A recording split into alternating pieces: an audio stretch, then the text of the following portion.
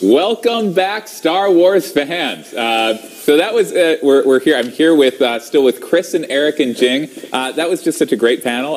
So much fun to be with you guys. Talk through those reveals, news, product pipeline, so much great stuff. But again, the Star Wars fun is not done yet.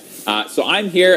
Let's introduce ourselves again, just in case people are tuning in. Sure. So again, I'm Patrick on our marketing team. I'm Jing. I'm a brand manager for Black Series. I'm Chris. I'm design manager over the fan side of the Star Wars Hasbro business. And I'm Eric. I'm the designer on the Black Series. Absolutely. So again, if you tuned in, our brand panel was all about news and reveals across the line. This segment for the next 30 minutes, one sole purpose. We are launching the first ever in history, Black Series Haslab campaign. Yeah. It's going to be the Rancor. We shared that news, but today is when we're launching the campaign. Many more details are going to be revealed today. We just can't wait to dive into everything.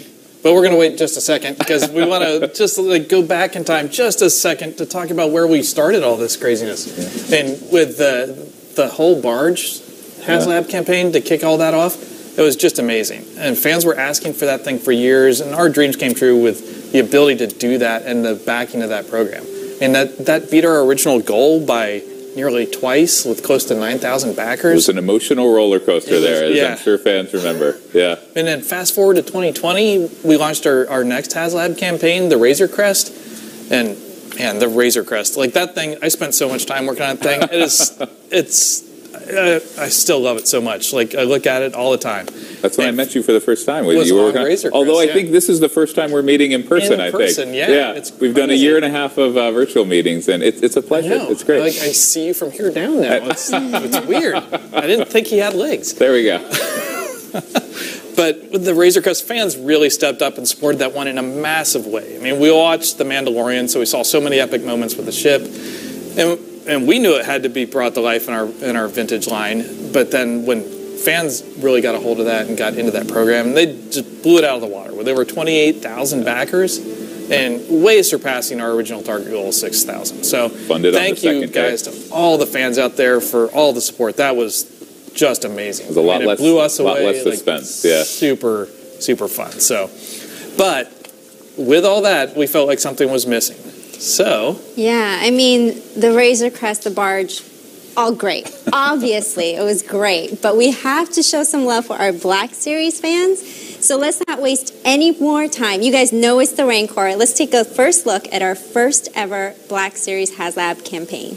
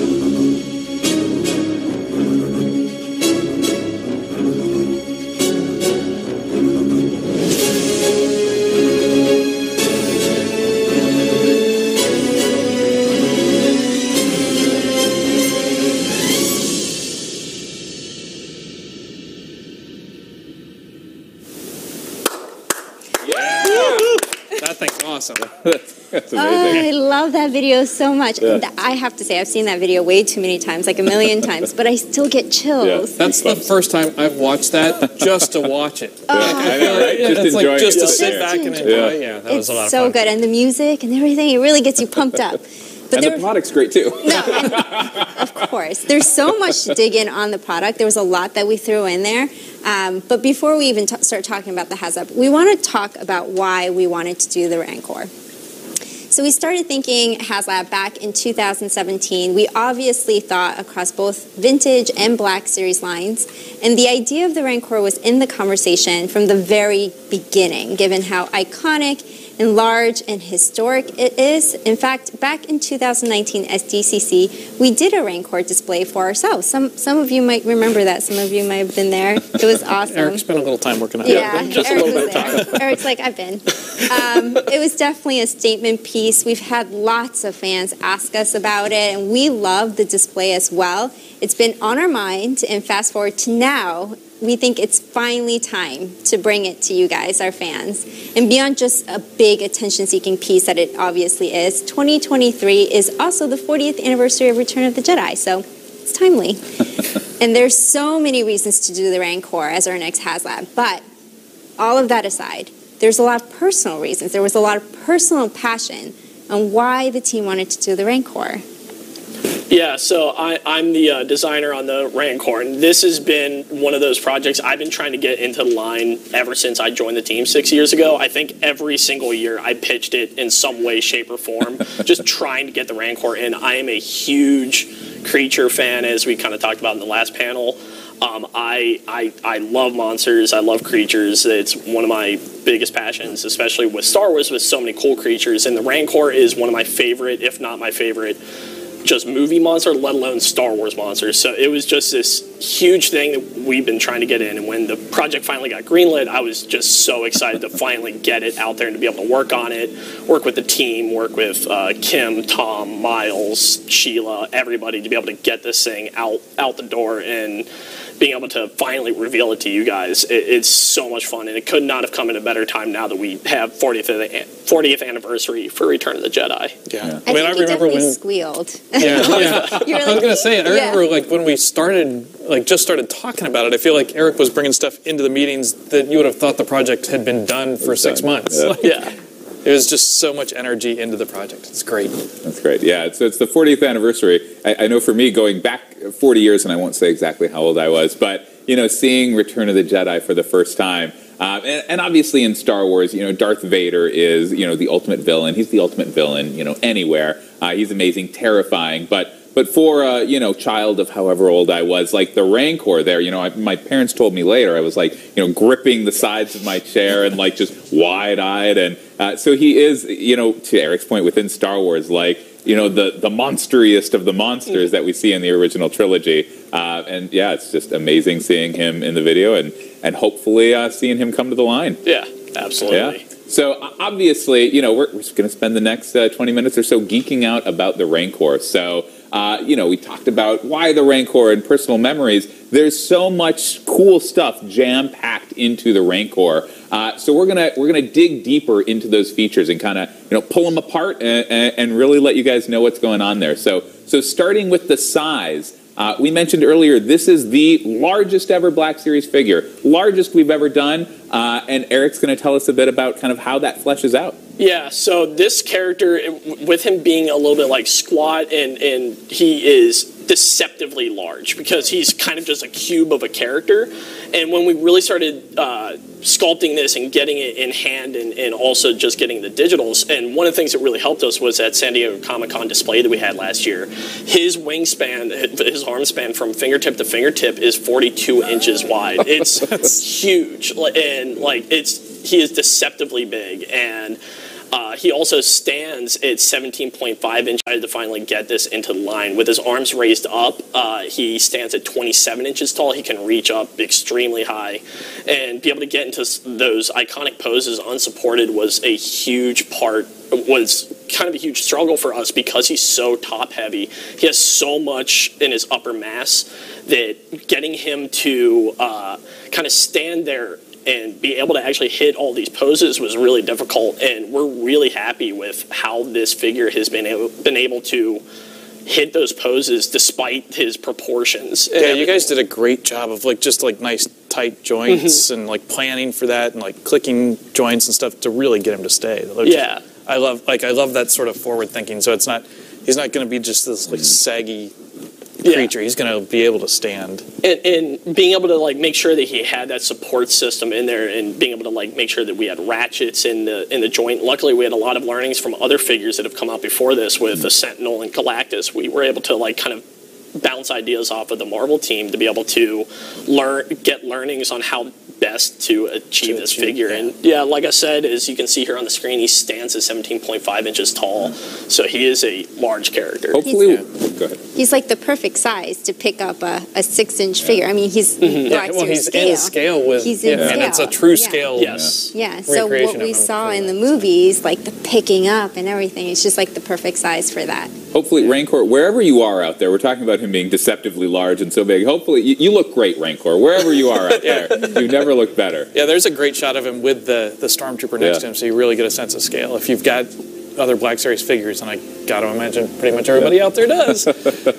Yeah, but you're right. He really is three-dimensional, right? It's not just about the height. He's deep, he's wide. So, but again, you look great, Rancor. The next thing we want to dive into, so you're seeing here images of the Rancor and figures. As Chris mentioned, we have this history of Haslab projects with the Barge, with the Razor Crest, and we're going to kind of, view that size compared to the Razor Crest and the Barge, and also just, again, in context of the full line. So, Chris, do you want to tell us a little bit about that? I mean, you can see it there in this image. I mean, for a large Haslab project like this, he's right in the mix with these guys. Yeah. I mean, he's, like Eric was saying, a 42-inch arm span when he reaches out. Like, that's longer than the Razor Crest, and almost as long as the Barge. Yeah. I mean, he could lift that thing up. Yeah, exactly. He can start King Konging things around. Yeah. But yeah, it's just super impressive. In like the articulation level and the deco, all that stuff, it's just impressive how big he is. Mm-hmm. Yeah. So more about the articulation. Yeah. I mean, you're setting me up the breadcrumbs. You're learning from the best. You're learning I'm getting hungry. Yeah, I mean, obviously it's so impressive how big the Rancor is, and I think we really wanted to hone in like that he was just hefty in all sides. Like there was an image with him next, the side view with him next to the Stormtrooper. It just shows the depth of him. But it's really important to talk about the posability of such a large figure too. He's so huge, but that's a great shot. It doesn't mean he can't move. Like that's so important that we worked so hard to make sure that he's a hefty Black Series, well-articulated figure, more than a Black Series, with over 45 points of articulation. It's more than any other Black Series figure we've had ever. So let's take a look at some of that visuals. Like we saw the shot before he was holding up the Stormtrooper. Eric, you want to tell us a little bit more, or Chris, a little bit more about that? I think it's just super fun. Like looking at those shots, like I'm just sitting here staring at the screen with everybody else. But it's in my head, I'm going, man, I love the fact that we're in a universe where we can use a Stormtrooper as the standard scale gauge for things. It's like just him picking that up and chowing down. It's great. So yeah, and one thing that was really important to us with this figure in particular, and being able to have those figures be able to fit into the mouth. So that's something that we really worked closely with. As you can see here, he's picking up that Stormtrooper, but you can fit most figures halfway into the mouth, and being able to have that detail in there. Yeah, and the mouth articulates for sure, like you said, but his fingers too, right? Yeah. To grasp that figure, like you can kind of see it a little bit, Eric, right? Yeah, because so his hands are, we kind of did a test of this. I put my hands up to his hands. They are the size of human hands, and even the fingers themselves. It must have been a tender moment there. It was. It was just you and literally your baby right here, right? It was. Yeah, we were just like comparing hand sizes. Yeah, so it was like this great like. We knew we needed to have that finger articulation in there, especially since like the fingers are the size of Black Series figures, which is just crazy. Yeah, so like we really wanted to make sure that we had all that articulation in there to be able to hold and grasp all these different figures. We know he interacts with a few different figures, so being able to have that posability in there, as well as he has different shoulder pads as well. You guys did that with Stormtroopers and stuff. To really get those in. Tom did a great job Tom, our sculptor, did a great job with our Stormtroopers. Originally, he had a new system for the shoulder pads that kind of traps itself inside of the shoulder joint so that the shoulder pads can kind of flex out of the way as he's moving and articulating. Now, something that we brought in here, and it was once again just learnings of what we've done in Black Series to try to bring that forward to this figure. And just because this is a large figure, it's still Black Series, but we still wanted to keep that same level of articulation and kind of just love and attention to detail that we have in all of our other lines, and then plus more with this because it's just this large figure that has mouth, finger, articulation, all this stuff. Right, still keeping all that posability that we've got Exactly. and everything else, yeah. It's like the largest figure to ever have butterfly joints. Yeah. The Black Series, like... Yeah, The largest figure to have anything for Black Series. That's true. And the butterfly joints was something that we really wanted to have in here because he has so many poses in the movie that he gets into when he's battling Luke and eats a Gamorrean. But we really wanted to be able to have that freedom to be able to put him into any pose that you want, even outside of the movies. We know he's made appearances in multiple video games and stuff like that. So being able to get him into these cool, iconic, and action poses. Right, all that range of motion, Exactly. all that stuff, yeah. That's Yeah, really to be able great, to really flex his arms, to be able to pull his arms back, to be able to get his arms up in the air and be able to basically hug things and be able to get that and cross He's a his arms in sensitive front of him. guy. He hugs as well as eats. So. He does, yeah. Well, it's great to see the cross-pollination and just the learnings that you've pulled from the development of Black Series mainline and weaving it in here, and again making this the largest and the best ever Black Series figure ever. Yeah, we are just so excited that we were able to take all those learnings of what we've done over the years and be able to just have the pinnacle of a Black Series figure here at this scale. Awesome. Yeah. No, so obviously the Rancor's, he's a big guy. Big guy or girl, I don't know. He's a big character, big monster, obviously has that articulation, but, as we said, as Eric and I shared memories, the movie, the TV shows, the video games, that accuracy is so important, and so the Rancor has to kind of stand on that level as well. And so the team, I know, has put a lot of attention into those little details as well, and made sure that kind of those movie details were there as well. And so do you guys want to tell us a little bit more about that and the team and Tom and everyone else? Yeah, Sculptor was lucky enough to be able to actually go to Skywalker Ranch and scan the maquette directly. He was able to go in there, take photo reference of the Rancor in preparation for this figure. And he was able to then take that scan data, bring it back, and cut this figure into articulation points. One thing that is really important for a character like this, when you have characters like Stormtroopers, they have natural part breaks where you have the armor, and you can kind of hide those articulation breaks. But for a character as organic as this, it was really important to be able to make him still look organic while not taking away from any of the functionality of that figure. So being able to hide and have those articulation points be very organic in the figure. Tom did a fantastic job with that, and he also, Tom and I worked really closely also with Lucasfilm to be able to get this thing to look exactly like it does on the screen, to make it look like the maquette that we saw, the movie, everything. So we had a great partnership there, and they were the ones that brought in Tom to go in and see this maquette originally. Absolutely, and in general, Lucasfilm, best partners in the business, but this project, not particularly because again they're great everywhere, but really saw the strength of that partnership with this project, the reference, etc. Yeah, and we talked about that on the Razor Crest too, just how the dynamics of that relationship that we have with Lucasfilm really play so well together to do just crazy detail accurate projects like this. It's just super important to the process. And the most important for these, right? These are kind of the centerpieces of our line, and so it's important that every little detail is right, and that's where the partnership really comes in. Figure this size, you can't hide anything there. No. It's all over. Yeah, and can you guys tell us a little bit about the detail? Because the maquette was obviously so important to capture every little detail, right? So there was a couple of details in the Rancor that you built in that, Yeah, I love stuff like Eric and Tom, they got in the little earring detail that a lot of people don't even notice in the movie. That sort of stuff, earring detail, the shackles on the arm. Yeah. It's just super fun, and the loose chain, all that stuff. So he's just busted off of something. And then even things like the teeth and the claws, and I think my favorite might be the little piece of drool.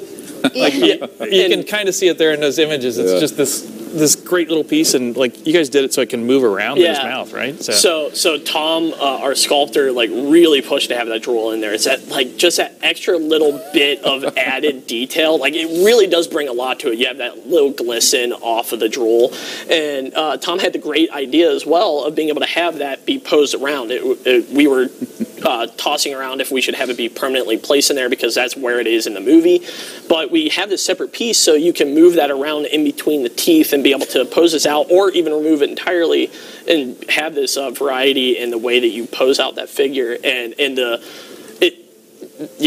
little piece of drool is just this like nasty little detail that we get to have fun with on these gigantic creature characters. We buried the lead here: size, articulation, and just the drool. There we go. The drool is absolutely how much snot we can include in these. It just shows like we really care about the details, right? And like the posability. We want fans to have fun with it, so the drool is super important to include. I think it was. Right. It's worthy of 5 minutes of conversation. It is. Never before have we talked so much about drool on a panel. Yeah, and then just like to take a look at, the image, the claws and the teeth. Mm-hmm. Like this is a beast. It's a monster, right? Like we have to give it a moment. This is worthy of. I know he's like reaching down over top of Patrick. I know, right? You're like trying to grab. Can't see it anymore, but we'll hold hands here when it comes back to the full view. Yeah, when it comes to the claws, that was something we really wanted to make accurate to the reference that we have, but also was just a functioning product in itself. Yeah. Solid, hefty beast of a product that can eat. There you go. Hold his hand. There we go. My buddy, the Rancor. I was getting ready to just like pluck my head off or something there, but that was very precious, guys. Yeah. That was adorable. Very, very, very precious. Man, I like just talking about him. I love looking at these images and seeing how he just looks like the maquette. Like he's a posable version of that. I mean, he's almost. I mean, he's not like solid skin like the stop motion was for the movie, but I think you could probably take him and animate some little scenes. And so Lucasfilm, if you're doing a Rancor again at some point in the future, we've got the future prop for you. Yeah. So we talked about obviously the size and the details and all of that being accurate as well, but one thing is not accurate today. He's obviously not going to be gray. So today we're just showing you some digital gray renders, which looks awesome, but the real product is obviously going to come decoed. And to paint you a little picture, the Rancor will have over 900 deco counts. Wow. That's up to 9 times more than a standard Black Series figure. So it's huge. It's going to have all that attention that we want to give it. Yeah, we're really excited to be able to eventually in the future show you guys that painted model. Our artists Grant and Kim back at Hasbro, they did a fantastic job with that. We're really excited to be able to share that with you in the future. So this does differ from figure to figure, of course, but yeah, like Jing said, this figure does have up to like 9 times the amount of deco ops, and we're. Once again, it's just like being able to throw as much paint onto this thing as possible because this is a Haslab. We really wanted to like live up to that name and live up to that project. And with this thing being like such a huge beast, to your point, when you have a figure this big, like the little details stand out even more because he's so big. Like you can really see all the tiny details, especially when he's, the size of a toddler. Like the drool. Like the drool, exactly. Yeah, the drool will not be, it's clear in this. It will stay clear. It won't be painted weird. Yeah. But it was such a fun passion project. And we worked really closely with Lucasfilm on that, so we're lucky to have that partnership, and we're lucky to bring this to our fans. Absolutely. In the first ever Black Series Haslab. Yeah. It's certainly worthy of the title, I think. So, Are those all the details? Anything else? Have we unpacked it? Man, I don't there's so much. There's too much to unpack is the problem. There is a lot on him, and we're just so excited to finally be able to share with you guys and be able to show you what we've been working on for the past year. It's this gigantic project. I'm extremely excited. I'm gonna go get one immediately after this. He's excited too. Look at him. He's like, yes! Yay! All right. Yeah. I'm alive, please. Yeah. Man, I love so much about this. And like when we were talking about Cobb Vanth in the last panel, and just all the deco that goes into that figure, but just imagine that surface area over the Rancor. And it's like the same level of detail. So I'm excited to get to the point where we're talking deco and really keep diving into that level of stuff. More to come. Yep. We'll share that later. Breadcrumbs. Breadcrumbs. All right, so the price was at the end of the video, but in case you missed it, $350, the same price as the Razor Crest from last year. Estimated ship is spring of 2023. It's a great way to commemorate the 40th anniversary of Star Wars Return of the Jedi, to really help build out that Return of the Jedi collection in Black Series. I'm sure you guys have. 9,000 backers needed by December 6th. So that is our deadline. Mark it in your calendars. Put it in now. Back it right now. Yeah, don't mark it. Just go back it. I'm not going to need the deadline. I'm going to be racing you guys to it. Yeah, but after December 6th, that's it. You're done. That's it. No more Rancor. And we have so many great stretch goals planned as well. The first one will be unlocked at 11,000 backers. The second one at 13.5 thousand backers. And we'll share what that first stretch goal is once you hit 9,000 backers to unlock the Rancor. So again, unlock that Rancor. I think it might be ready now, so you might be able to do it now. I know what's going on while we're sitting in here. People are buying things that we can't. The rest of our panel, we know what they're doing. Yeah, and we can't wait to show you what those tiers are. So once you hit 9,000, we'll tell you exactly what that is. In the US, Canada, and UK, the campaign will be live through Haslab on hasbro.uk.hasbropulse.com. And for our loyal international fans, we definitely want to bring it to you as well. We know there is so much strong interest from our fans globally, and we are so fortunate to have so many passionate fans globally. I know you'll help us get there.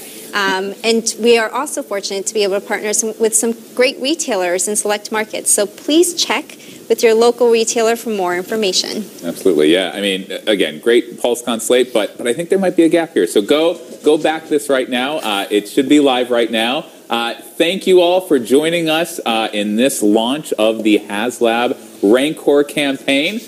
We know that you're as excited as we are. Again, we're all going to rush and back this right now.